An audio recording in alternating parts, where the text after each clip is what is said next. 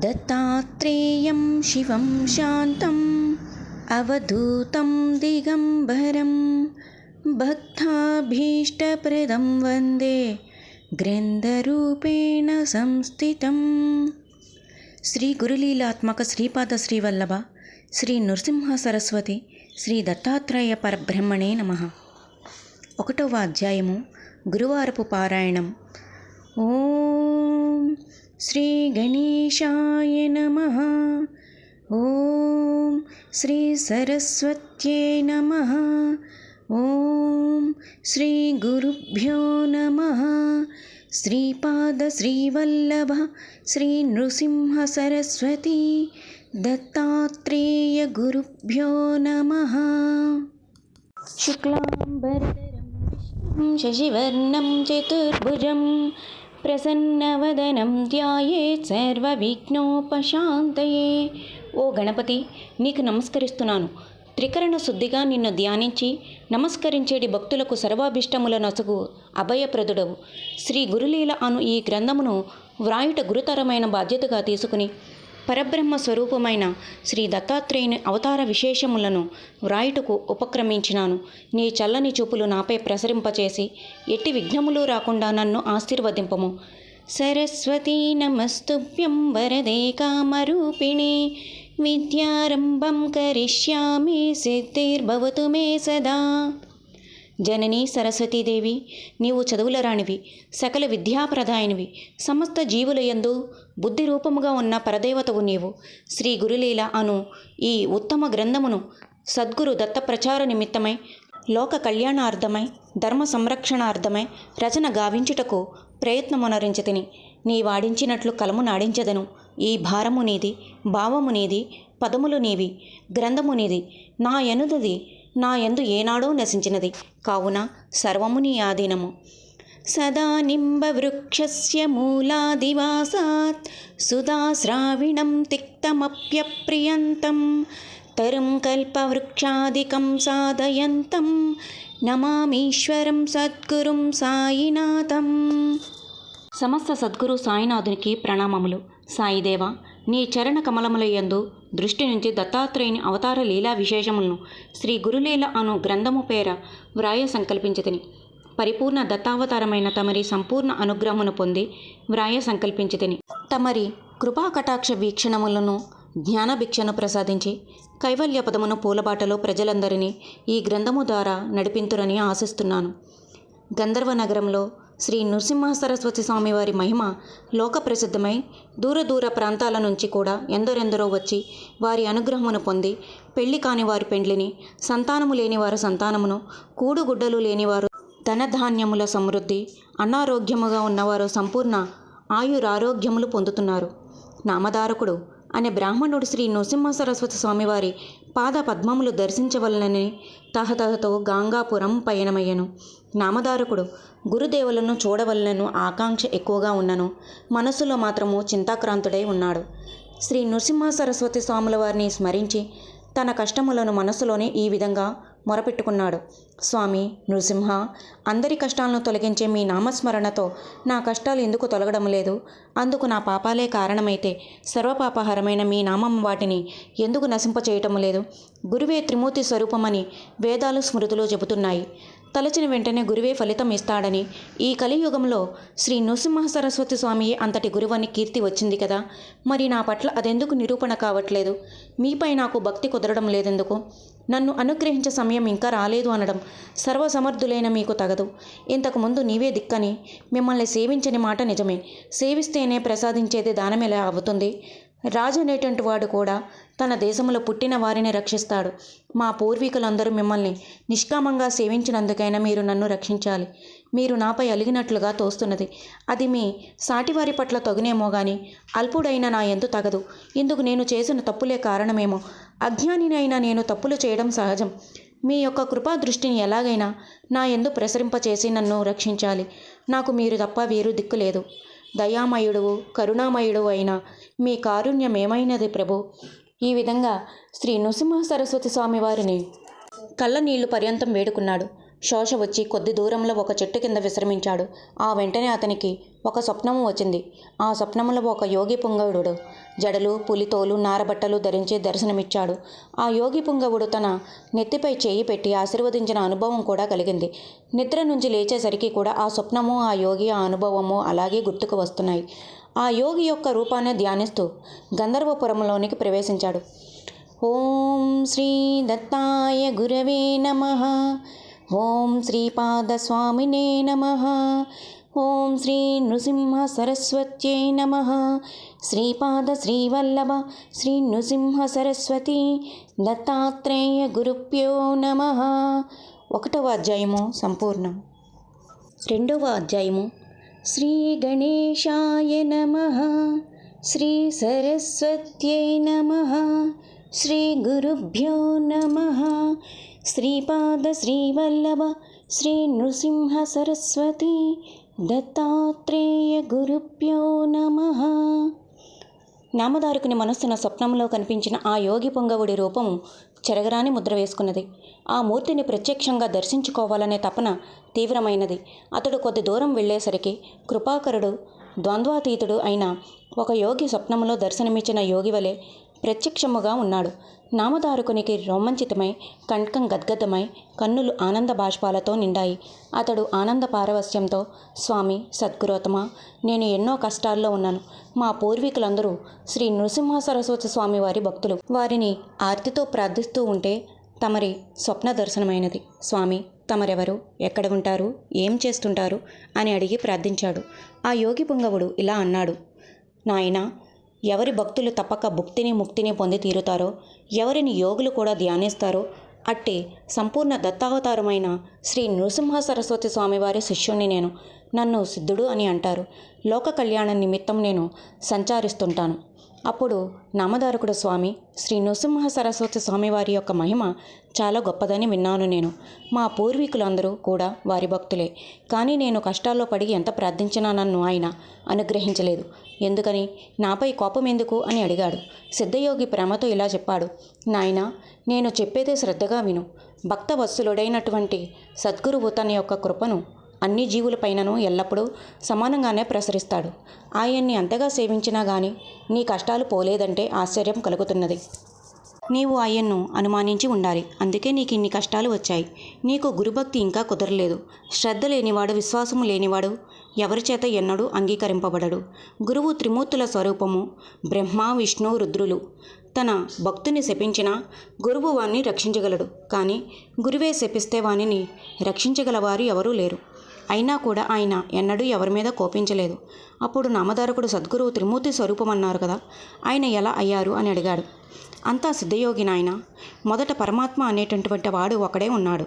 ఆయన నేను అనేక మౌదునుగాక అనుకుని ఈ చరాచర విశ్వమయ్యాడు. జీవులను ఉద్ధరించడానికి ఆయనే సద్గురుగా అవతరిస్తూ ఉంటాడు. శిష్యునికి తత్వజ్ఞానం కలిగించడం వలన, అజ్ఞానం నుంచి రక్షించడం వలన సృష్టి స్థితి లయలకు కారణమైన త్రిమూర్తి స్వరూపమయ్యాడు అని చెప్పాడు. నామధారకుడు, స్వామి, దేవతలు కోపించినా గురువు రక్షించగలడు అన్నారు కదా, అది ఎలా సంభవము? అందుకు తార్కాణం ఏమున్నది? నా సందేహాన్ని తీర్చి నా మనస్సుకు స్థిరాన్ని ప్రసాదించండి అని వేడుకున్నాడు. సిద్ధయోగి అతని తెలివికి సంతోషించి, నాయనా, నీవు బుద్ధిమంతుడువు. మంచి ప్రశ్న వేశావు. మొదట ఒక్కడుగా ఉన్న పరమాత్మ తాను అనేకమవ్వాలని సంకల్పించాడు. ఆ సంకల్పమే ఈ చరాచర జగత్తు. మొదట విష్ణువు నాభి నుంచి ఒక కమలము, దాని నుంచి బ్రహ్మ పుట్టారు. ఆయన విష్ణువు యొక్క ఆజ్ఞను అనుసరించి వేదాలలో వివరించబడిన రీతిని విశ్వాన్ని సృష్టించాడు.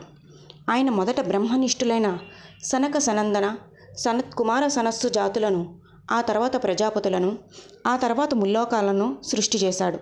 మొదట సత్యమే ఆకారము కలిగిన కృతాయుగాన్ని పిలిచి భూలోకంలో 17,28,000 సంవత్సరాలు తన ధర్మాన్ని ప్రవర్తించమని ఆదేశించాడు.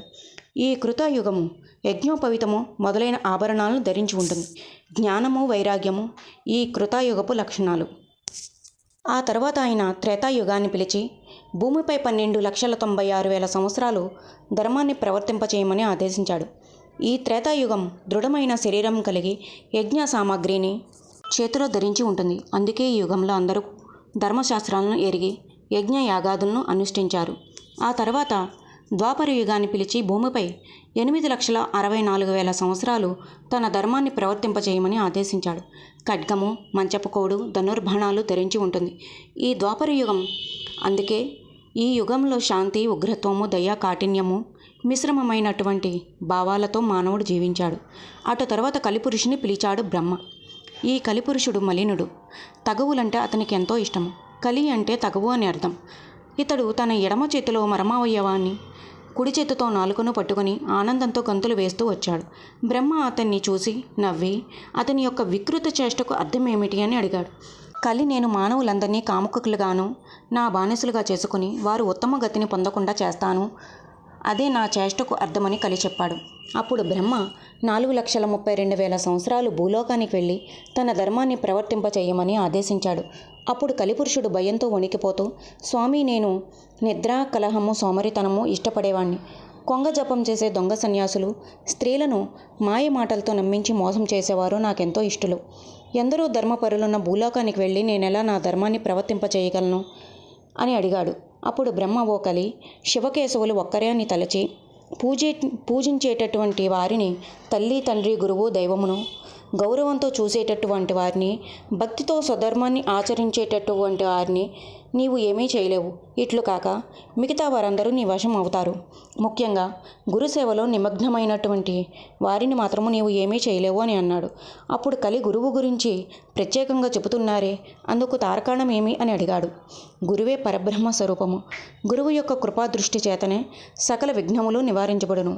అందుకు తార్కాణంగా ఈ కథను వినుము అని బ్రహ్మ చెప్పెను. పూర్వము నైమిషారణ్యంలో పైలుని కుమారుడు వేదధర్ముడు అనే ముని ఉండేవాడు. అతని వద్ద ఎందరో శిష్యులు ఉండేవారు. ఒకరోజు వేదధర్ముడు శిష్యుల యొక్క భక్తి శ్రద్ధలను, నియమనిష్టలను పరీక్షించగోరి శిష్యులు అందరినీ దగ్గరకు పిలిచి ఈ విధంగా అన్నాడు. నాయనలారా, పూర్వపు జన్మలో నేను చేసుకున్న పాపము తపస్సుతో నశింప చేసుకున్నాను. ఇంకా కొద్ది భాగము మిగిలిపోయింది. దానిని ఈ జన్మలో అనుభవింపదలుచుకున్నాను. అందుకు విధిగా పవిత్ర క్షేత్రమైన కాశీకి వెళ్ళి పూర్వజన్మ పాపములను అనుసరించి 12 సంవత్సరాలు కుష్ఠరోగిని, కుంటివాణ్ణి, గుడ్డివాణ్ణి అయి జీవిస్తాను. అందుకు విధిగా మీలో సంపూర్ణంగా సేవ చేయగలిగిన వారు నాతో రావచ్చు అని అన్నాడు. చాలామంది శిష్యులు గురుసేవలు ఏమి లోపం చేస్తే ఏమి ప్రమాదమో అని భయంతో అంగీకరించలేదు. కానీ దీపకుడు అనే శిష్యుడు మాత్రము ముందుకు వచ్చి, గురుదేవా, ఆ పాపాన్ని నాకు సంక్రమింపచేయండి, నేను అనుభవిస్తాను అని చెప్పాడు. వేదధర్ముడు, నాయన, ఎవరి పాపాన్ని, ఎవరి కర్మలను వారే అనుభవించాలి. పాపాన్ని అనుభవించే వారి కంటే వారికి సేవ చేసే వారికే కష్టం ఎక్కువ.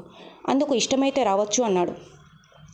వేదధర్ముడు, దీపకుడు కాశీకి వెళ్ళి మణికర్ణికా ఘట్టమున స్నానం చేశారు. వేదధర్ముడు చెప్పిన దాన్ని అనుసరించి అతనికి కుష్ఠతనము, గుడ్డితనము, కుంటితనము వచ్చేశాయి. దీపకుడు దగ్గరలోనే ఒక కుటీరాన్ని నిర్మించి గురుసేవలోనే నిరంతరం నిమగ్నమయ్యారు. తనకు శరీరానికి కూడా ఏమి కావాలనో పట్టించుకొనక అంత పవిత్ర క్షేత్రంలోని దేవతలను, విశ్వనాథుని కూడా దర్శించుకోకుండా నిరంతరం గురుసేవలోనే నిమగ్నమయ్యేవాడు. ప్రతిరోజు గురువుగారి కుటీరాన్ని చిమ్మి గురువుగారి శరీరమును శుభ్రంగా తుడిచి భిక్షాన్నము కొరకు వెళ్ళి ముందుగా గురువుగారికి అర్పించిన తర్వాతే తాను తీసుకునేవాడు. పాపము ఎక్కువగా ఉన్నవారికి కష్టాలతో పాటు దుష్టత్వం కలుగుతున్నట్లుగా వేదధర్ముడు ప్రవర్తించేవాడు. అతడు భిక్షకు వెళ్ళి మంచి అన్నము తెచ్చినా కొంచెమే తెచ్చాడని విసిరి కొట్టేవాడు. ఒక్కోసారి, ఒరేయ్, నా శరీరంలోనున్న రసిని పూర్తిగా కడగడం లేదు, అందువలన ఈగలు నన్ను కొడుతున్నాయి అని చెప్పి తిట్టేవాడు, కొట్టేవాడు, కసిరేవాడు. ఒక్కోసారి ప్రేమతో దగ్గరకు తీసుకుని, అబ్బాయి, నీవు నా గురించి బాగా కష్టపడుతున్నావు అని అనేవాడు. మళ్ళీ అంతలోనే అకారణంగా కోపించేవాడు. అయినా దీపకుడు మాత్రం చెల్లించక గురుసేవ యందు నిమగ్నమై ఉండేవాడు. ఒకనాడు దీపకుడు యొక్క గురుభక్తికి మెచ్చి కాశీ విశ్వనాథుడు ప్రత్యక్షమై ఏం వరం కావాలో కోరుకోమన్నాడు. గురుసేవ తప్ప తనకు ఏ వరం వద్దన్నాడు. గురువు వద్దకు వెళ్ళి వరప్రభావం వల్ల పాపాన్ని తగ్గించుకోవచ్చు కదా అని అడిగాడు. అప్పుడు వేదధర్ముడు, వరప్రభావం వల్ల ఈ జన్మలో నశింప చేసుకున్నట్లయితే వచ్చే జన్మలో అనుభవింపవలసి ఉంటుంది. నా సేవ నీకంత కష్టమైతే నీవు వెళ్ళిపోవచ్చు అన్నాడు. దీపకుడు కాశీ విశ్వనాథుని వద్దకు వెళ్ళి వరము వద్దని చెప్పాడు. విశ్వనాథుడు ఆశ్చర్యంతో నిర్వాణ మండపంలోని దేవతల సమక్షమునకు వెళ్ళి జరిగినదంతా విష్ణుమూర్తికి చెప్పాడు. విష్ణుమూర్తి కూడా దీపకుని గురుభక్తిని పరీక్షించుట కొరకు ప్రత్యక్షమై వరం కోరుకోమన్నాడు. అప్పుడు దీపకుడు, వరాలు కోరి తపస్సు చేస్తున్న మహాత్ములకు దర్శనం ఇవ్వవలసిన మీరు ఏ తపస్సు చేయని నాకు దర్శనమిచ్చారేమని అడిగాడు. అంతా విష్ణుమూర్తి, నాయనా, గురువే పరమేశ్వరుడని చెప్పి సేవించే శిష్యులు పతిని సేవించేటటువంటి పతివ్రతలు నన్ను సేవించినట్లే అవుతుంది. అట్టి శిష్యోత్తములకు నేను అధీనుణ్ణి. నీవు కాశీలోనే నివసించు. నవనిధులు నీకు పరిచారికలు అవుతాయి. అష్టసిద్ధులు నీకు సంప్రాప్తమవుతాయి అని ఆశీర్వదించాడు. దీపకుడు మాత్రము నాలో నిరంతరం గురుభక్తి వృద్ధి చెందేలా అనుగ్రహించండి చాలు అని ప్రార్థించాడు. ఈ విషయం గ్రహించిన వేదధర్ముడు రోగరహితమైన నిజరూపంతో దర్శనమిచ్చి, నాయనా, నీలో గురుభక్తిని పరీక్షించుట కొరకు ఇలా మేము పాపగ్రస్తులమయ్యాము. చిరంజీవ, నీవు కాశీలోనే నివసించు. అష్టసిద్ధులు నవనిధులు నీకు ప్రాప్తమవుతాయి. భక్తితో నీ నామస్మరణ చేసిన, ఈ కథను జ్ఞప్తికి తెచ్చుకున్న భక్తులలో గురుభక్తి దృఢం అవుతుంది అని సంపూర్ణంగా నిగ్రహించాడు. నామధారక, ఇటువంటి గురు శిష్య వృత్తాంతాలు ఎన్నో ఉన్నాయి. ఇవి చెప్పేవారి యొక్క దోషాలని, వినేవారి యొక్క పాపాలను కూడా పోగొడతాయి. ఓం శ్రీ దత్తాయ గురువే నమః. ఓం శ్రీపాదస్వామినే నమః. ఓం శ్రీ నృసింహ సరస్వత్యై నమః. శ్రీపాద శ్రీవల్లభ శ్రీ నృసింహ సరస్వతి దత్తాత్రేయ గురుభ్యో నమః. 3వ అధ్యాయము. శ్రీ గణేశాయ నమః. శ్రీ సరస్వత్యై నమః. శ్రీ గురుభ్యో నమః. శ్రీపాద శ్రీవల్లభ శ్రీ నృసింహ సరస్వతి దత్తాత్రేయ గురుభ్యో నమః. నామధారకుడు నమస్కరించి, సద్గురోత్తమ, ఓ సిద్ధముని, నాకు ఇప్పుడు గురువు యొక్క యథార్థ తత్వం తెలిసింది. సంశయాలన్నీ తొలగిపోయాయి. ఇంతకు తమ నివాసం ఎక్కడ, మీకు భోజనం ఎక్కడ లభిస్తుందని అడిగాడు. సిద్ధయోగి నామధారకుని ఆశీర్వదించి, నాయనా, ఎప్పుడూ కూడా నేను శ్రీగురువు చెంతనే ఉంటాను. శ్రీగురుని నామస్మరణమే నాకు ఆహారం. వారి యొక్క లీలలే నాకు అమృత తుల్యమైన పానీయము. ఈ శ్రీగురు లీల అను ఈ గ్రంథము నిత్యము పారాయణము చేస్తుంటే లేదా శ్రవణము చేస్తుంటే భుక్తి ముక్తి శీఘ్రంగా కలుగుతాయి. పరిశుద్ధులై 7 రోజులలో సప్తాహ పద్ధతిలో పారాయణం లేదా శ్రవణం చేసిన వారి పాపాలు నశించి సంతానము, ధనధాన్యాలు, దీర్ఘాయువు, జ్ఞానము ఎవరు కోరినది వారికి లభిస్తుంది. నిష్కాములకు ముక్తి లభిస్తుంది అని చెప్పి తన వద్దనున్న గ్రంథాన్ని చూపించాడు. నామధారకుడు ఎంతో ఆసక్తితో ఆయన పాదాలకు నమస్కరించి, స్వామి, మీరు ఆ గ్రంథం గురించి చెప్తుంటే ఎంతో దూరం నడిచి దప్పికొన్న వారికి అమృతం పోసినట్లుగా అయినది. దీనిని శ్రవణం చేయాలని అనిపిస్తున్నది. నన్ను అనుగ్రహించండి. నాకింత మేలు చేస్తున్న మీరే నా గురుదేవులు అని వేడుకున్నాడు. సిద్ధముని సంతోషించి వెనుక శ్రీగురుడు పావనం చేసిన అశ్వత్థ వృక్షం వద్దకు తీసుకువెళ్ళి నామధారకుని తన ఎదుటుగా కూర్చుండబెట్టుకొని ఇలా చెప్పాడు. నాయనా, అజ్ఞానం వల్ల నీలో గురుభక్తి దృఢం కాలేదు. ఆయన్ని అనుమానించటం వల్లే నీకిన్ని కష్టాలు వచ్చాయి. గురువుని సంపూర్ణమైనటువంటి భక్తితో సేవించగలిగినటువంటి వారికే ఆయన అనుగ్రహం కలుగుతుంది. నిజానికి గురువు తన పర అనే భేదాన్ని విడచి అందరిపైనను కృపాదృష్టిని సమానంగానే ప్రసరింపచేస్తాడు. నీరు ఎత్తైన ప్రాంతంలో నిలువజాలనట్లు డాంబికులకు మాత్రము ఆయన కృప లభింపదు. కల్పవృక్షము, చింతామణి కోరినవి మాత్రమే ప్రసాదిస్తాయి. కానీ సద్గురువు కోరని దానిని కూడా ప్రసాదించగల సమర్థుడు. అట్టి శ్రద్ధ, భక్తి, విశ్వాసములతో అందరూ ఆయనను సేవించరు. అందువలన కొందరికి ఆయన కృప లభింపదు. అప్పుడు వారు తమకు గురువు ఏమీ చేయలేదని చెప్పి నిందిస్తారు. నామధారకుడు ఆయనకు నమస్కరించి, స్వామి, నాకు శ్రీగురుని లీలలను వినాలనే ఉంది. అవి నాకు వినిపించి నన్ను కృతార్థుడను చేయండి. శ్రీగురుడు త్రిమూర్తి స్వరూపమని మీరు అన్నారు కదా, ఆయన ఎలా ఎందుకు అవతరించారో సెలవిమ్మని వేడుకున్నాడు. సిద్ధయోగి సంతోషించి, నాయనా, శ్రీగురువు పట్ల ఇంత శ్రద్ధ కలగడం ఎంతో శుభసూచకం. ఇంతవరకు కూడా శ్రీగురుని లీలలు చెప్పమని ఇంత ఆర్తితో అడిగిన వారు లేరు. నీకు తప్పక పురుషార్థాలు సంప్రాప్తమవుతాయి. శ్రద్ధగా విను అని చెప్పి ఇలా అన్నాడు. జగత్తుకు మూల కారణమైన భగవంతుడు మొదట అనేకం కావాలని చెప్పి సంకల్పించినప్పుడు బ్రహ్మ, విష్ణు, మహేశ్వరుల స్వరూపం ధరించారు. వీటిలో రజోగుణం ప్రకోపించినప్పుడు బ్రహ్మ రూపంలో ఆసక్తే సర్వాన్ని సృష్టించింది. సత్వగుణం బలీయమై విష్ణు రూపంలో సర్వాన్ని పాలించింది. తమోగుణం బలీయమై శివుడై సర్వాన్ని సంహరించింది. అంతేగాని ముగ్గురికి భేదం లేదు. పూర్వం సూర్యవంశానికి చెందిన అంబారీషుడనే రాజు ఒకడు ఉండేవాడు. అతడు నిష్ఠతో ఏకాదశ వ్రతాన్ని ఆచరించేవాడు. ఒకరోజు దుర్వాస మహర్షి శిష్య ప్రతి శిష్యులతో అంబారీషుని వద్దకు వచ్చాడు. ద్వాదశి ఒక్క గడియ మాత్రమే ఉందనగా వ్రతభంగం కాకుండా ఉండేందుకు అంబారీషుడు దుర్వాసుని త్వరగా స్నానానుష్ఠానాలు పూర్తి చేసుకొని భోజనానికి దయచేయమని వేడుకున్నాడు. అంబారీషుడు పారాయణ సమయం మీరిపోతుందనే ఉద్దేశంతో కొద్ది నీరుని స్వీకరించాడు. అప్పుడు దుర్వాసుడు వచ్చి అతిథిని అలక్ష్యం చేశాడన్న ఉద్దేశంతో రాజా నీవు నానా యోనులలో జన్మింతువు కాక అని శపించాడు. అప్పుడు అంబారీషుడు హరిని ధ్యానించి వేడుకున్నాడు. హరి ప్రత్యక్షమై దుర్వాస మహర్షితో, మహర్షి నీ యొక్క శాపం ఊరికే పోకూడదు, ఆ శాపాన్ని నాకు సంక్రమింపచేయండి అని అడిగాడు. అప్పుడు దుర్వాస మహర్షి, హరి నీవు భక్తుల పాలిట కామధేనువు, సకల చరాచర ప్రపంచ సృష్టిలో భక్తులను ఉద్ధరించుటకు నానా యోనుల్లో జన్మింతువు కాక అని శపించాడు. ఆ శాపాన్ని అనుసరించి శ్రీ మహావిష్ణువు దశావతారములలో అవతరించును. మరి కొన్నిటిలో గుప్తంగా ఉండి ఉత్తమ తపస్సులకు మాత్రమే దర్శనమిచ్చే అవతారం శ్రీ దత్తాత్రేయ అవతారం. ఈయనే యోగిరాజు అత్రి అనసూయల పుత్రుడై జన్మించాడు. ఓం శ్రీ దత్తాయ గురవే నమః. ఓం శ్రీపాదస్వామినే నమః. ఓం శ్రీ నృసింహ సరస్వత్యై నమః. శ్రీపాద శ్రీవల్లభ శ్రీ నృసింహ సరస్వతి దత్తాత్రేయ గురుభ్యో నమః. 3వ అధ్యాయం సంపూర్ణం. 4వ అధ్యాయము శ్రీ గణేశాయ నమః. శ్రీ సరస్వత్యై నమః. శ్రీ గురుభ్యో నమః. శ్రీపాద శ్రీవల్లభ శ్రీ నృసింహ సరస్వతి దత్తాత్రేయ గురుభ్యో నమః. పరమయోగీశ్వరుడైన దత్తాత్రేయుని అవతారము గురించి నామధారకునితో సిద్ధయోగి ఈ విధంగా చెప్తూ ఉన్నాడు. పూర్వం ఒక కల్పాంత ప్రళయం తర్వాత పరమాత్మ నేను అనేక మౌదునుగాక అని సంకల్పించినప్పుడు శ్రీ మహావిష్ణువు యొక్క నాభి నుంచి కమలము, ఆ కమలము నుంచి బ్రహ్మ ఉద్భవించి సనక సనందన సనత్కుమార సనస్సు జాతులను సప్త ప్రజాపతులను తన మానస పుత్రులుగా అవతరింపచేసెను. ఆ తరువాత శతరూప మానవులను సృష్టించాడు. వారి కుమార్తె దేవహుతి కర్దమని యొక్క భార్య అయింది. ఆమెకు కలిగిన కుమార్తెలలో అనసూయాదేవి మహాపతివ్రతగా ప్రసిద్ధికెక్కినది. ఆమె పాతివ్రత్య ప్రభావానికి భయపడి శిలలతో కూడిన భూమి ఆమె నడుస్తూ ఉంటే మృదుత్వాన్ని అందించేది. అగ్ని కూడా ఆమె ముందు తన యొక్క ఉష్ణమును మరచి చల్లదనాన్ని ఇచ్చేవాడు. దేవతలు ఏ మానవుడైనా ఆమె అనుగ్రహాన్ని పొంది తమను కూడా జయింపగలరని భయపడుతూ ఉండేవారు. ఒకనాడు నారద మహర్షి అనసూయాదేవి పాతివ్రత్య మహిమను కీర్తిస్తూ త్రిమూర్తుల నివాసములకు వెళ్ళి వారి భార్యలతో అనసూయాదేవి పాతివ్రత్య మహిమను కీర్తించాడు. త్రిమూర్తుల భార్యలు అసూయ చెంది తమ భర్తలతో ఆవిడ పాతివ్రత్య మహిమను తగ్గించమని కోరారు. త్రిమూర్తులు వృద్ధ బ్రాహ్మణుల రూపంలో అత్రి మహాముని ఆశ్రమానికి ఏగి భవతీ భిక్షాం దేహి అని అడిగారు. అనసూయాదేవి వారిని చూచి అయ్యలారా అత్రి మహాముని తపస్సుకై అరణ్యంలోనికి వెళ్ళారు. వారు వచ్చే వరకు కూర్చొని మా ఆతిథ్యాన్ని స్వీకరించండి అని వేడుకున్నది. వారు అమ్మా మీ వారు ఎప్పుడు వస్తారో మాకు తెలియదు, వారు వచ్చే వరకు మేము ఉండలేము, ఆకలి మమ్మల్ని బాధిస్తుంది, భోజనం పెట్టు అని అడిగారు.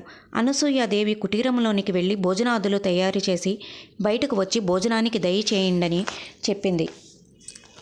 అప్పుడు వారు అమ్మా మాకు ఆతిథ్యం ఇస్తానని మాట ఇచ్చావు, కానీ మాదొక షరతు ఉన్నది, నీవు కట్టుకున్న బట్టలు విడిచి నగ్నంగా వడ్డిస్తేనే మేము భోంచేస్తాము అన్నారు. అప్పుడు ఆవిడ ధర్మాధర్మాల మధ్య చేజిక్కించుకోచూచిన వీరు సామాన్యులు కారని తలచి అయ్యలారా అలాగే వడ్డిస్తాను, దయచేయండని వేడుకున్నది.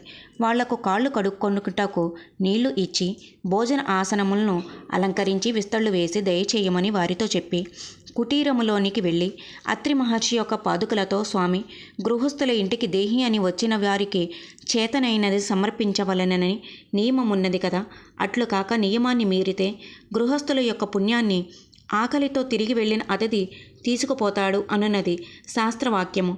కనుక వారు నా బిడ్డలన్న భావంతో భోజనం వడ్డిస్తాను అని చెప్పి మనసులో సంకల్పం చెప్పి నగ్నంగా భోజనం వడ్డించుటకు వెళ్ళేసరికి ఆ ముగ్గురు పసిపిల్లలై భోజనాసనాల మీదనే కేరింతలు కొడుతూ ఉన్నారు. అప్పుడు ఆవిడకు అద్భుతంగా స్తన్యం వచ్చింది. గుడ్డలను ధరించి ముగ్గురు పసిబాలులకు పాలు ఇచ్చి 3 ఉయ్యాలలో పడుకోబెట్టి జరిగిన కథనే జోలగా పాడుతున్నది. ప్రపంచాన్ని సృష్టి చేసి అలసిపోయిన వానిలాగా బ్రహ్మదేవుడు, జగత్తుని పాలించి సోలిపోయిన వానిలా విష్ణువు, జగత్సంహార కార్యక్రమం వలన మరింత సోలిపోయిన వానిలా శివుడు హాయిగా నిద్రపోతున్నారు. ఇంతలో అత్రి మహర్షి వచ్చి జరిగినదంతా తెలుసుకుని దివ్య దృష్టితో ఆ ముగ్గురు త్రిమూర్తులని తెలుసుకుని వారిని స్తుతించాడు. అతని స్తోత్రానికి తృప్తి చెందిన త్రిమూర్తులు తమ నిజ రూపాలలో దర్శనమిచ్చారు. అత్రి మహర్షి అనసూయాదేవితో దేవి వీరు నీ పాతివ్రత్య మహిమను పరీక్షించవచ్చారు, నీకు నచ్చిన వరం కోరుకో అన్నాడు. అప్పుడు అనసూయాదేవి పాపులను ఉద్ధరించుటకు లోక కళ్యాణార్థమై ధర్మాన్ని సంరక్షించుటకు ఈ ముగ్గురు మూర్తులు పుత్రులుగా జన్మించవలనని నా కోరిక అన్నది. అంతా త్రిమూర్తులు, అమ్మ మమ్ము మేము మీకు సంపూర్ణంగా దత్తత చేసుకుంటున్నాము అని వరాన్ని అనుగ్రహించారు. అట్టి వరప్రభావం వల్ల అనతి కాలంలోనే అనసూయాదేవి గర్భమును ధరించి ముగ్గురు పుత్రులను కన్నది. బ్రహ్మ అంశతో జన్మించిన బాలునికి చంద్రుడని, విష్ణు అంశతో జన్మించిన బాలునికి దత్తుడని, శివాంశతో జన్మించిన బాలునికి దుర్వాసుడని నామకరణం చేశారు. వీరు అత్రి మహర్షి పుత్రులు గనుక ఆత్రేయులని, దత్తుణ్ణి దత్తాత్రేయుడనే నామంతో వ్యవహరిస్తారు. అనతి కాలంలోనే బ్రహ్మాంశతో జన్మించిన చంద్రుడు, శివాంశతో జన్మించిన దుర్వాసుడు కూడా తమ తమ అంశాలను దత్తాత్రేయుని యందుంచి వెళ్ళిపోయారు. దుర్వాసుడు కోప స్వభావుడైనప్పటికీ లోక కళ్యాణార్థమే ఉపయోగపడింది ఆ కోపము. దత్తాత్రేయుడు శృతులకు కూడా అందని వాడు కావుననే నామధారక. అలనాటి దుర్వాస శాపం వల్లే శ్రీ దత్తుడు శాశ్వతంగా భూమి మీద సంచరిస్తూ ఉన్నాడు. నిజానికి ఇతర అవతారాలలో తమ కార్యాలు తీరగానే వైకుంఠానికి వెళ్ళిపోయినట్లుగా ఈ దత్తావతారంలో చేయలేదు. శ్రీరాముడు రావణాది రాక్షస సంహారం కోసము, శ్రీకృష్ణుడు ధర్మాన్ని పునరుద్ధరించుట కొరకు జన్మించి ఆ కార్యాలు తీరగానే ఆ ఇద్దరూ కూడా తమ శరీరాలను వదిలివేశారు. కానీ దత్తావతారం మాత్రము సృష్టి ఉన్నంత వరకు కొనసాగించవలసినదే. ఈ దత్తాత్రేయుడే ఆది గురువు. ప్రస్తుత కలియుగంలో ఇప్పటికీ 2 సార్లు అవతరించాడు. అజ్ఞానులకు గోచరం కాకపోయినా ఇప్పటికీ అభిష్టాలను నెరవేరుస్తున్నాడు కనుక నామధారక, ఈ కలియుగంలో అవతరించిన ఈ 2 అవతారముల యొక్క లీలలను శ్రద్ధతో వినేటటువంటి అవకాశము నీకు లభించింది అని సిద్ధయోగి నామధారకునితో చెప్పాడు. నామధారకుడు, ఆహా, అనసూయాదేవి యొక్క పాతివ్రత్య మహిమ ఎంత గొప్పది అన్నాడు. ఓం శ్రీ దత్తాయ గురవే నమః. ఓం శ్రీపాదస్వామినే నమః. ఓం శ్రీ నృసింహ సరస్వత్యై నమః. శ్రీపాద శ్రీవల్లభ శ్రీ నృసింహ సరస్వతి దత్తాత్రేయ గురుభ్యో నమః. 4వ అధ్యాయము సంపూర్ణం. 5వ అధ్యాయము. శ్రీ గణేశాయ నమః. శ్రీ సరస్వత్యై నమః. శ్రీ గురుభ్యో నమః. శ్రీపాద శ్రీవల్లభ శ్రీ నృసింహ సరస్వతి దత్తాత్రేయ గురుభ్యో నమః. కృతే జనార్దనో దేవో త్రేతాయం రఘునందనః. ద్వాపరే రామకృష్ణశ్చ కలౌ శ్రీపాదవల్లభః. నామధారకుడు భక్తితో సిద్ధయోగికి నమస్కరించి, మహానుభావ, భగవంతుడు కలియుగంలో 2 సార్లు అవతరించనని చెప్పారు కదా, వాటిని వివరించనే ప్రార్థించాడు. అప్పుడు సిద్ధయోగి, మంచిది నాయనా, అవి వినటం వల్ల నీకు ఎంత ప్రయోజనమో చెప్పటం వల్ల నాకు అంతే ప్రయోజనము కనుక చెప్తాను, శ్రద్ధగా విను. ఈ కలియుగంలో ఇప్పుడు మనం కూర్చున్న ప్రదేశానికి తూర్పు దిక్కున దూరంగా పవిత్ర గోదావరి సమీపంలో పిఠాపురం అనే అగ్రహారం ఉన్నది. పిఠాపురంలో అప్పలరాజు శర్మ, సుమతి అనే పుణ్య దంపతులు ఉండేవారు. వారు నియమనిష్టలతో వైదిక కర్మలన్నీ ఆచరిస్తూ దత్తాత్రేయ భక్తులై జీవిస్తూ ఉండేవారు. వారికి 2 పిల్లలు ఉండేవారు. పెద్దవాడు గ్రుడ్డివాడు, చిన్నవాడు కుంటివాడు. అంగవికలురైన పిల్లలకు సేవ చేస్తూ భక్తితో దత్తుణ్ణి పూజిస్తూ సత్కార్యక్రమాలు చేస్తూ జీవిస్తుండేవారు. ఒకనాడు వారింట్లో శ్రాద్ధ కర్మను చేస్తున్నారు. యజమాని అయిన అప్పలరాజు శర్మ శ్రాద్ధ కలాపంలో నిమగ్నమై ఉన్నాడు. ఆ కాలంలో శ్రాద్ధ బ్రాహ్మణులు భోజనం చేసేంత వరకు ఎవరికీ భిక్ష వేయరాదని నియమం. పరమయోగీశ్వరుడైన దత్తాత్రేయుడు ఒక సన్యాసి వేషంలో వారి ఇంటి ముందు నిలిచి భవతీ భిక్షాం దేహి అని కోరాడు. సుమతీదేవి ఆ వచ్చిన వారు పరమయోగీశ్వరుడైన దత్తాత్రేయుడనే భావంతో భిక్ష ఇచ్చింది.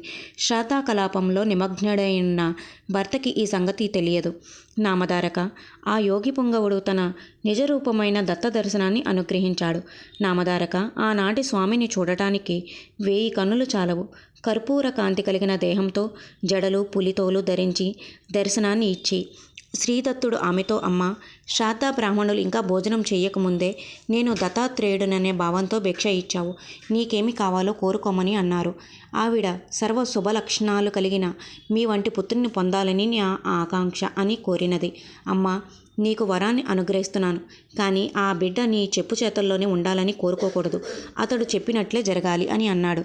సుమతీదేవి దత్తప్రభువుతో పుత్రుడు కలిగిన తరువాత వాత్సల్యంతో వ్యామోహం ఉంటుంది కదా, అట్టి వ్యామోహాన్ని అంతరింపచేసేందుకు సమయానుకూలంగా బుద్ధిని ప్రసాదించు అని వేడుకున్నది. శ్రీదత్తుడు అట్టి వరాన్ని ఆవిడకు అనుగ్రహించి వెళ్ళిపోయారు. సుమతీదేవి భర్త దగ్గరకు వెళ్ళి, స్వామి, నేను ఈనాడు ఒక అపరాధం చేశాను. చేసిన అపరాధం చెబితే దోషం పోతుందని అంటారు కదా.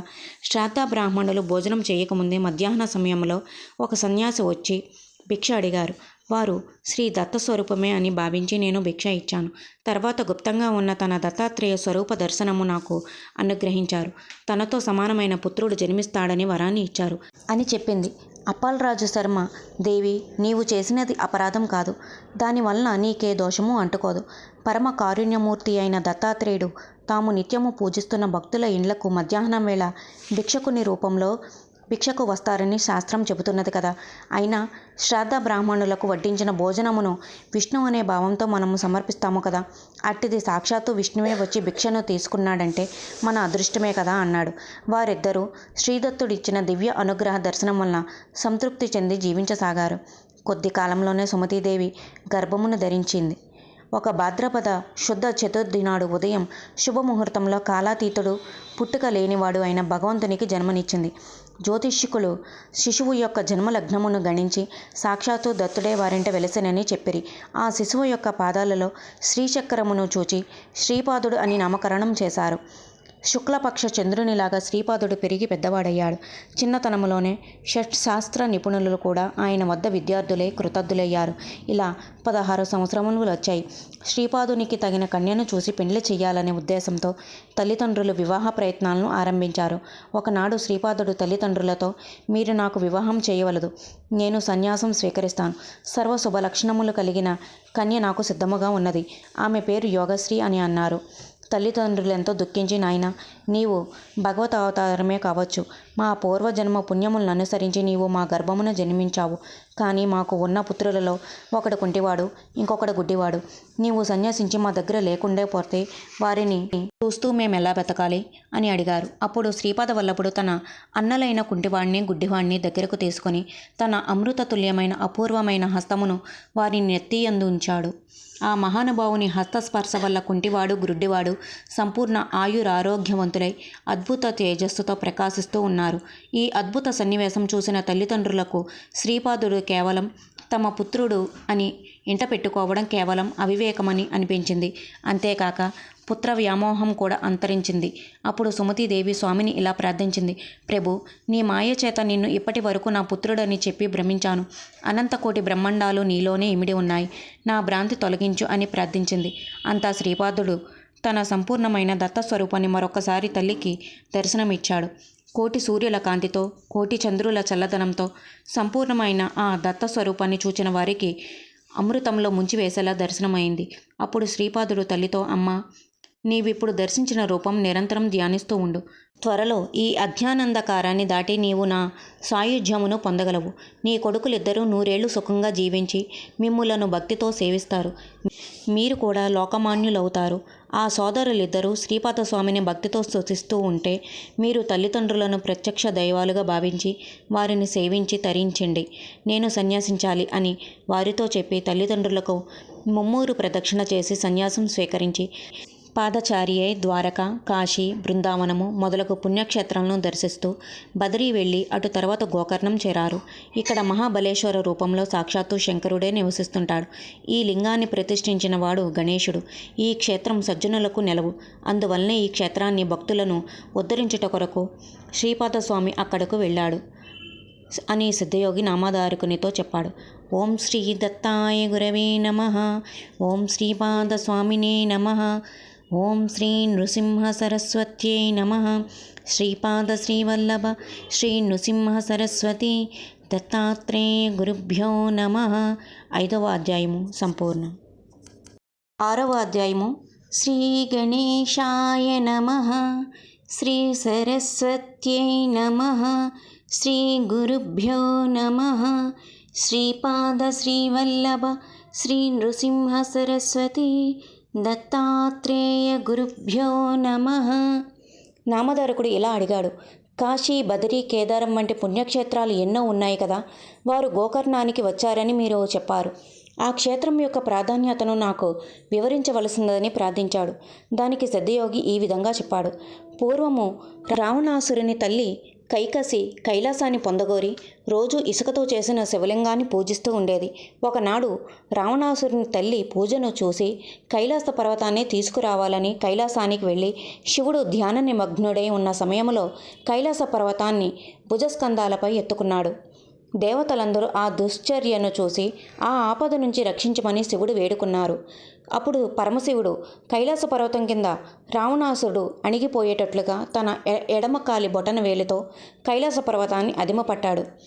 ప్రాణాపాయంలో పడిన రావణాసుడు అకుంఠిత దీక్షతో తన ఉదరము నుండి పేగులను బయటకు లాగి వీణగా తయారు చేసి మృదుమధురమైన స్వరంతో కీర్తిస్తూ వీణమీటుతూ గానం చేశారు. బోళాశంకరుడైన పరమశివుడు రావణాసురుని భక్తి శ్రద్ధలకు ముగ్ధుడై రావణాసురుని వరం కోరుకోమన్నాడు. రావణాసురుడు, ఓ పరమేశ్వర, నా తల్లి పూజ కొరకు కైలాసగిరిని తీసుకువెళ్లాలని అనుకున్నాను. చతుర్ముఖుడైన బ్రహ్మదేవుడే నా జ్యోతిష్కుడు, లక్ష్మీదేవియే నా దాసి, దేవతలందరూ నా సేవకులు. మహోజ్వలమైన సువర్ణమైన నా అలంకారగరం వంటిది ఇంకెక్కడా లేదు. నీవు వరం ఇయ్యదలుచుకుంటే నా తల్లి పూజ కొరకు కైలాసగిరిని తీసుకువెళ్లే వరాన్ని అనుగ్రహించు అన్నాడు. పరమశివుడు, రావణ, నాతో సమానమైన నా ఆత్మలింగాన్ని నీకు ప్రసాదిస్తాను. దీనిని భక్తితో 3 సంవత్సరాలు పూజిస్తే నీవు నా అంతటి వాడవు అవుతావు అని శివునికి ప్రతిరూపమైన ఆత్మలింగాన్ని రావణునికి ఇచ్చాడు. ఆ ఆత్మలింగాన్ని తీసుకుని రావణుడు భక్తితో నమస్కరించి లంకాపట్టణానికి బయలుదేరాడు. ఈ చర్యనంతా చూచిన నారదుడు దేవతల సమక్షమునకు వెళ్ళి బ్రహ్మ విష్ణువులకు ఈ విషయమంతా చెప్పాడు. దేవతలు అందరూ శివుని వద్దకు వచ్చి రాక్షసరాజైన రావణునికి ఆత్మలింగాన్ని ఇవ్వడం శ్రేష్టమా, అతడు మీ అంతటి వాడు అవడం తగునా అన్నారు. అప్పుడు పరమశివుడు అతని గానానికి పరవశించి, నా ఆత్మలింగాన్ని ఇచ్చాను, అందుకు తగిన ఉపాయం ఆలోచించండి అని శ్రీ మహావిష్ణువుతో అన్నాడు. అంతా శ్రీ మహావిష్ణువు దుర్మార్గుల చర్యలను యుక్తితోనే అడ్డుకోవాలి అనే ఉద్దేశంతో నారదుణ్ణి, గణపతిని అందుకు ప్రేరేపించాడు. అప్పుడు నారదుడు రావణుడు వెళుతున్న మార్గానికి ఎదురుగా వచ్చి, రావణ, ఎక్కడి నుంచి వస్తున్నావో, ఎక్కడికి వెళుతున్నావు అని అడిగాడు. అంతా రావణుడు, నారద, పరమశివుని ప్రత్యక్షం చేసుకుని ఆత్మలింగాన్ని తీసుకువెళ్తున్నాను అన్నాడు. నారదుడు రావణుని మాటల్లో ఏమర్చాలని చూచాడు. కానీ రావణుడు, నారద, నేను తొందరగా వెళ్ళాలి, అడ్డులే అన్నాడు. అంతా నారదుడు, రావణ, అత్యంత బ్రహ్మ నిష్ఠాగరిష్ఠుడవు నీవు. సంధ్యా సమయం దాటిపోతున్నది, సంధ్య వార్చుకోకుండా ఎలా వెళ్తావు? అయినా నాకెందుకు, నీ ఇష్టం అని వెళ్ళిపోయాడు. అప్పుడు రావణుడు ఆ బాటలో ఎవరైనా కనిపిస్తారేమోనని చూచాడు. ఒక బ్రాహ్మణ బాలుడు అక్కడ కనిపించాడు. రావణుడు ఆ బాలుని వద్దకు వెళ్ళి, ఓయి, నీవెవరు, ఎవరి పిల్లవాడివి అని అడిగాడు. నేను ఉమాశంకరుల పుత్రుణ్ణి, నన్ను గణేశుడు అంటారు అని గణపతి చెప్పాడు. అంతా రావణుడు, నీవు ఎవరివైతే నాకేమి, ఈ ఆత్మలింగాన్ని కొంచెం సేపు పట్టుకో, దగ్గరలో ఉన్న కొలనుకి వెళ్ళి సంధ్య వార్చుకుని వస్తాను. దానికి ప్రతిగా నీకు ఏమి కావాలన్నా ఇస్తాను. సువర్ణమయమైన నా అలంకార నగరాన్ని చూపిస్తాను. నీకేది కావాలంటే అది తీసుకోవచ్చు అని అన్నాడు. అప్పుడు గణపతి, బాబు, నీవు రాక్షసరాజువు, నిన్ను చూస్తుంటేనే నాకు భయమేస్తుంది. నీ లంకకు నేను రాను బాబు, అయినా ఇంత బరువైన లింగాన్ని నేను అంతసేపు మోయలేను అన్నాడు. రావణుడు సంధ్యా సమయం దాటిపోతుందన్న ఉద్దేశంతో ఆత్మలింగాన్ని అతని చేతిలో పెట్టి, ఇప్పుడే వస్తాను, కొంచెం సేపు పట్టుకోను అయినా అని చెప్పి దగ్గరలో ఉన్న కొలం వద్దకు వెళ్ళాడు. అప్పుడు గణేశుడు పెద్దగా చెబుతూ, రావణ, నేను 3 అంకెలు లెక్క పెడతాను. నీవు రాని పక్షంలో బరువైన శివలింగాన్ని దీని ఇక్కడే ప్రతిష్ఠిస్తాను అని చెప్పి రావణుడు వెళ్ళినదే తడువగా ఇంత బరువైన శివలింగాన్ని నేను మోయలేను బాబు అంటూ 1, 2, 3 అని లెక్కపెట్టి ప్రతిష్ఠించాడు. రావణుడు వచ్చి కోపంతో ఎంత పికిలిద్దామని చూసినా ఆ లింగము బయటికి రాలేదు. అతని బలమైన చేతుల యొక్క రేపడికి ఆ లింగము రూపాన్ని కోల్పోయింది. అంతేగాక అది ఆవు చెవి ఆకారాన్ని పోలి ఉండడం వల్ల దాన్ని గోకర్ణం అంటారు. మదారక దానిని భూకైలాసం అనవచ్చు. అక్కడ శివుడు సపరివారంగా నివసిస్తాడు. ఆ క్షేత్రంలో దేవర్షులు, రాక్షసులు, మానవులు, చివరకు పశుపక్షాదులు కూడా శివుని అనుగ్రహం వల్ల తమ అభిష్టాలు పొందారు. అంతటి పవిత్రమైన క్షేత్రం ఇంకొకటి లేదు అని నామధారకునితో సిద్ధయోగి చెప్పాడు. ఓం శ్రీ దత్తాయ గురవే నమః. ఓం శ్రీపాదస్వామినే నమః. ఓం శ్రీ నృసింహ సరస్వత్యై నమః. శ్రీపాద శ్రీవల్లభ శ్రీ నృసింహ సరస్వతి దత్తాత్రేయ గురుభ్యో నమః. 6వ అధ్యాయము సంపూర్ణం. 7వ అధ్యాయము శ్రీగణేశాయ నమః. శ్రీసరస్వత్యై నమః. శ్రీగురుభ్యో నమః. శ్రీపాద శ్రీవల్లభ శ్రీ నృసింహ సరస్వతి దత్తాత్రేయ గురుభ్యో నమః. నామధారకుడు సిద్ధయోగికి నమస్కరించి, స్వామి, మన దేశంలో ఎన్నో క్షేత్రాలు ఉన్నాయి కదా, ఈ క్షేత్రాన్ని ఎందుకు ఆశ్రయించారో సెలవియ్యండి అని వేడుకున్నాడు. అప్పుడు సిద్ధయోగి ఇలా చెప్పాడు. నాయనా, పూర్వం ఇక్ష్వాకు వంశంలో మిత్రసగుడు అని పేరుగల రాజుండేవాడు. అతడు వేదమార్గ తత్పరుడై రాజ్యాన్ని ధర్మంగా పరిపాలిస్తూ ఉండేవాడు. ఒకనాడు అతడు అడవికి వెళ్ళి క్రూర జంతువులను వేటాడుతూ ఒక రాక్షసుని చూచాడు. విషపూరితమైన బాణాలను అతనిపై వేశాడు. అతడు చనిపోతూ తన తమ్ముడైన మరో రాక్షసుని పిలిచి ఆ రాజుపై ప్రతీకారం తీర్చుకోమని ఆదేశించాడు. ఆ రాక్షసుడు తనకున్న మాయలతో ఒక వంట బ్రాహ్మణి రూపంలో ఆ రాజు కొలువులో చేరి సమయం కోసం ఎదురు చూస్తూ ఉన్నాడు. ఒకనాడు ఆ రాజు పితృశ్రాద్ధానికి వశిష్ఠాది మహర్షులను భోక్తలుగా ఆహ్వానించాడు. ఆ రాక్షసుడు అదే అనువుగా తలచి ఆ మహర్షులకు నరమాంసాన్ని కలిపి భోజనంలో వడ్డించాడు. మహర్షులు అది తెలుసుకుని రాజుపై కోపించి, రాజా, మాకు నిషిద్ధమైన నరమాంసాన్ని వడ్డించావు కనుక నీవు బ్రహ్మ రాక్షసుడివై జీవించు అని శపించారు. అప్పుడు ఆ రాజు తనకు తెలియని ఆ తప్పిదాన్ని గుర్తించి అన్యాయంగా శపించిన మహర్షులపై ప్రతిశాపం ఇవ్వాలని జలాన్ని చేతిలోకి తీసుకున్నాడు. అప్పుడు ఆ రాజు భార్య మదయంతి అడ్డుపడి గురువును శపించడం మహాపాపమని చెప్పింది. రాజు శాంతించి శాపజలాన్ని తన పాదములపైనే పోసుకున్నాడు. అందువలన కల్మషపాదుడు అనే పేరును గ్రహించాడు. మదయంతి మహర్షుల పాదములపై పడి ప్రార్థించగా వారు 12 సంవత్సరముల తర్వాత శాపం పోతుంది అని చెప్పి వెళ్ళిపోయారు. అప్పటి నుండి ఆ రాజు బ్రహ్మ రాక్షసుడై అరణ్యములో తిరుగుతూ కనిపించిన ప్రాణినెల్లా చంపి తింటూ ఉండేవాడు. ఒకనాడు ఒక బ్రాహ్మణుడు ఆ మార్గం గుండా వస్తుంటే చూచి కల్మషపాదుడు ఆ బ్రాహ్మణుని చంపి తిన్నాడు. బ్రాహ్మణుని భార్య ఆ సంఘటనను చూసి శోకంతో 12 సంవత్సరాల తర్వాత పిశాచతత్వం తొలగిపోయి మానవ రూపం వచ్చిన తరువాత నీవు భార్యా సంగమం చేస్తే నశిస్తావు, తక్షణమే మరణిస్తావు అని శపించింది. ఒకరోజు శాప విమోచనుడైన రాజు తన రాజ్యంలోనికి పోయి రాణిని చూస్తూ తనకు కొత్తగా సంక్రమించిన బ్రాహ్మణపతి శాపం గురించి చెప్పాడు. అందుకు ఆ రాజు దంపతులు ఎంతో దుఃఖించి ఎన్నో పుణ్యక్షేత్రాలను దర్శిస్తూ ఒకరోజు గౌతమ మహర్షి ఆశ్రమానికి చేరుకున్నారు. అప్పుడు గౌతమ మహర్షి, రాజా, గోకర్ణమంతటి పవిత్రమైన పుణ్యక్షేత్రం ఇంకొకటి లేదు. అక్కడి శిలలన్నీ కూడా శివలింగాలే. ఎంతటి శాపమైనా గోకర్ణేశ్వరుని దర్శన స్పర్శనలతోనే విమోచనం కలుగుతుంది. నా కళ్ళతో చూసిన ఒక వృత్తాంతం చెప్తాను. పూర్వం సౌదామిని అనే అందమైన బ్రాహ్మణ కన్య ఒక ఆమె ఉండేది. ఆమెకు వయస్సు మించిన భర్తతో వివాహం చేశారు. భర్త కొద్ది కాలంలోనే చనిపోయాడు. ఆమెకు పిల్లలు కలగక ముందే భర్త మరణించాడు. ఆమె కామవశం చేత ఒక కోమటి వాణ్ణి ఉంచుకున్నది. జారత్వం ఎన్నడూ దాగదు కదా. త్వరలో ఈ రహస్యం బంధువులందరికీ తెలిసి వారామెను వెలివేశారు. అప్పటి నుండి ఆమె నిర్భయంగా వైశ్యునితో జీవనారంభించింది. ఇంతలోనే మద్యపానానికి కూడా అలవాటు పడినది. ఒకరోజు మద్యం తాగిన మైకంలో ఆవు దూడను మేక అనుకుని చంపి తలను మాత్రం ఉంచి శరీరమునంతా కూడా వండి వైశ్యునికి పెట్టి తను తిన్నది. మరునాడు ఆ ఆవు దూడలను చూచి ఏమి చేయాలో పాలుపోక ఆవు దూడను పులి చంపి తినిపోయిందని అబద్ధం కూడా చెప్పింది. ఈ విధంగా కొన్నాళ్ళు జీవించి ఆ తర్వాత చనిపోయింది.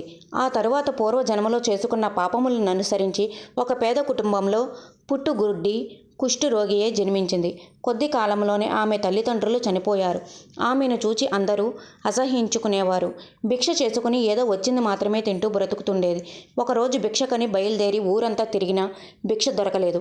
ఆ రోజు శివరాత్రి కనుక ఉపవాస ఉద్దేశంతో జనులెవరూ వంట చేసుకోలేదు. కుష్ఠరోగి అయిన ఆమె ఆకలితో అలమటిస్తూ భిక్ష కోసం యాచిస్తూ తిరుగుతూ ఉన్నది. ఎవరో కొద్ది మారేడు దళములను ఆమె చేతిలో ఉంచారు. అవి తినడానికి పనికి రావని తలచి జారవిడిచింది. అవన్నీ ఒక శివలింగం మీద పడ్డాయి. ఆ రోజంతా శివరాత్రి కనుక భిక్ష ఎవరూ వేయలేదు కనుక ఉపవాసం చేసిన ఫలితం కూడా ఆమెకు దక్కింది. అంతేకాక ఆ రాత్రంతా శివనామ సంకీర్తన విన్నది. మరునాడే చనిపోయింది. ఆమెను యమలోకానికి తీసుకువెళ్లాలని యమకింకరులు వస్తే అదే క్షణంలో శివదూతలు అక్కడ ప్రత్యక్షమై వాళ్లను వెళ్ళగొట్టి ఆమెను కైలాసానికి తీసుకుని వెళ్లారు. అసంకల్పికంగా చేసిన ఆమె వ్రతానికి ఇంత ఫలితం ఉంటే మీరు బుద్ధిపూర్వకంగా చేసిన దానికి ఫలితం చెప్పతరమా? కనుక రాజా, గోకర్ణానికి వెళ్ళి మహాబలేశ్వరుని సేవించు. గోకర్ణమంతటి పవిత్ర పుణ్యక్షేత్రం ఇంకొకటి లేదు. మిగిలిన క్షేత్రాలన్నీ కూడా చంద్రుడు, నక్షత్రాలు అనుకుంటే గోకర్ణము పాపం అనే కారు చీకట్లను నశింపచేసినటువంటి సూర్యుని వంటిది. ఆ క్షేత్ర దర్శనము వల్లే కాకుండా స్మరణం వల్ల కూడా సర్వ పాపాలు నశిస్తాయి. అక్కడ ఇంద్రాది దేవతలందరూ కూడా తపస్సు చేసి శివానుగ్రహం వల్ల సర్వ అభిష్టాలను పొందారు. అక్కడ మహాబలేశ్వరుని బ్రహ్మ, విష్ణువు, ఇంద్రుడు, విశ్వదేవతలు, మరుద్గణాలు, సూర్యచంద్రులు, అష్టవసువులు తూర్పు ద్వారములోను, యమధర్మరాజు, చిత్రగుప్తుడు, అగ్నిదేవుడు, ఏకాదశ రుద్రులు, పితృదేవతలు దక్షిణ ద్వారంలోను, వరుణుడు మొదలగు దేవతలు పడమటి ద్వారంలోను, కుబేరుడు, భద్రకాళి, వాయుదేవుడు, సప్తమాతృకలు ఉత్తర ద్వారంలోను నిలచి ఆయనను నిత్యం ఉపాసిస్తూ ఉంటారు. కశ్యపుడు, అత్రి, వశిష్ఠుడు, కణ్వుడు మొదలగు మునీశ్వరులు, విశ్వామిత్రుడు, జాబాలి, భరద్వాజుడు మొదలగు మహర్షులు, సనక సనందాది బ్రహ్మ మానసపుత్రులు, నారదాది దేవర్షులు, సిద్ధులు, సాధ్యులు, యతులు కూడా నిత్యము గోకర్ణేశ్వరుని ఉపాసిస్తూ ఉంటారు. రావణుడు మొదలగు రాక్షసులు కూడా గోకర్ణేశ్వరుని సేవించి వరాలను పొందారు. ఇక్కడ చేసిన తపస్సు, జపం, ధ్యానాలకు 1,00,000 రెట్లు ఫలితం లభిస్తుంది అని గౌతమ మహర్షి రాజుకు క్షేత్ర మహత్యాన్ని వివరించారు.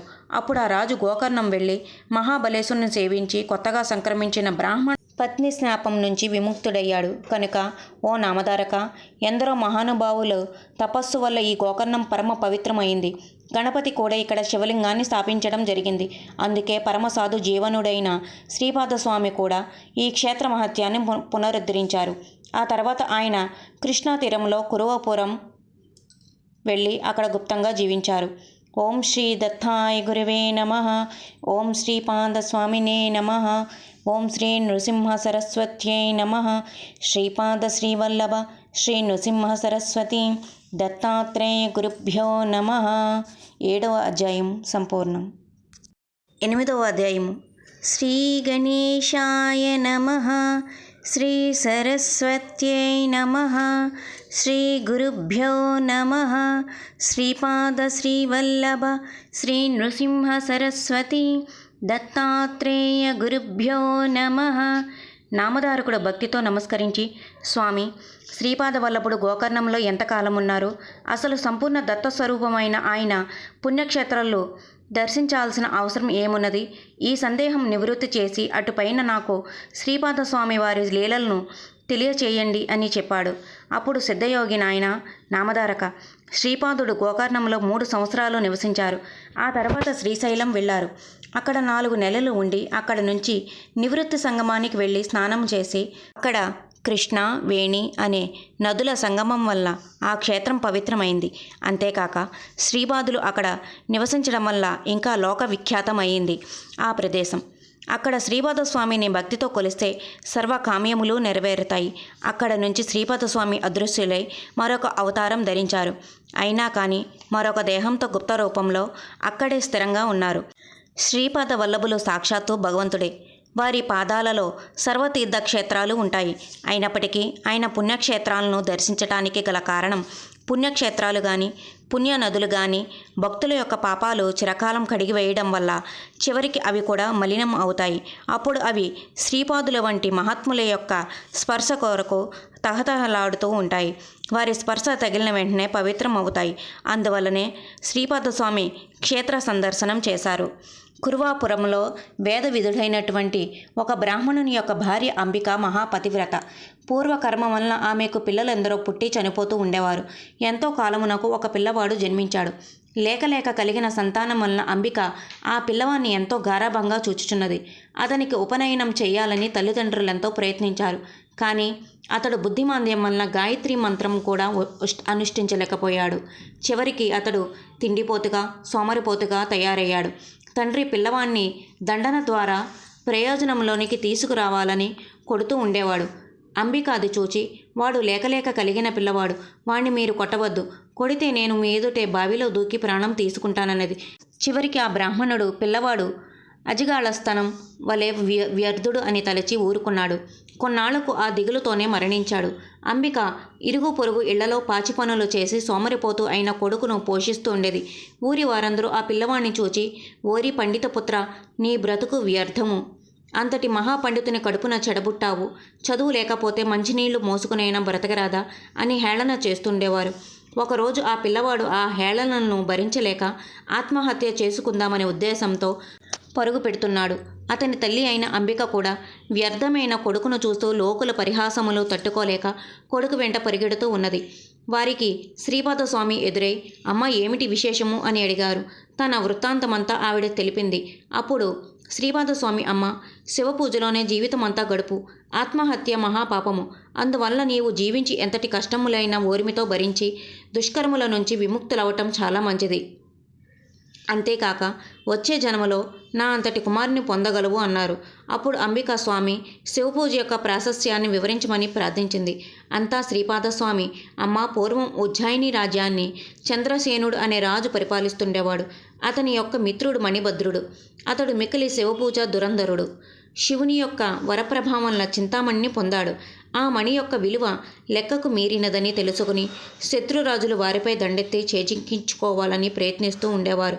ఒకరోజు శత్రురాజులంతా కూడా కపటంతో మణిని చేజిక్కించుకోవాలని యుద్ధ సన్నద్ధులై బయలుదేరారు. ఆ సమయంలో చంద్రసేనుడు, మణిభద్రుడు శివపూజలో నిమగ్నులై ఉన్నారు. అక్కడికి దగ్గరలోనే ఉన్న గొల్లపల్లెలో చిన్నపిల్లలు కొంతమంది ఆటలు ఆడుకుంటూ ఆ ఆటలోనే ఒక రాయిని శివునిగా పెట్టి పూజిస్తున్నారు. వాళ్ళ తల్లిదండ్రులు భోజన సమయమైందనే ఉద్దేశంతో పిల్లలను బలవంతాన లాక్కుని వెళ్లారు. అందులో ఒక పిల్లవాడు పూజకు విఘ్నం కలిగినందుకు ఆత్మహత్యకు కూడా సన్నద్ధమయ్యాడు. ఆ సమయంలో శివుడు ప్రత్యక్షమై ఆ పిల్లవానికి అనుగ్రహాన్ని ప్రసాదించి వరం కోరుకోమన్నాడు.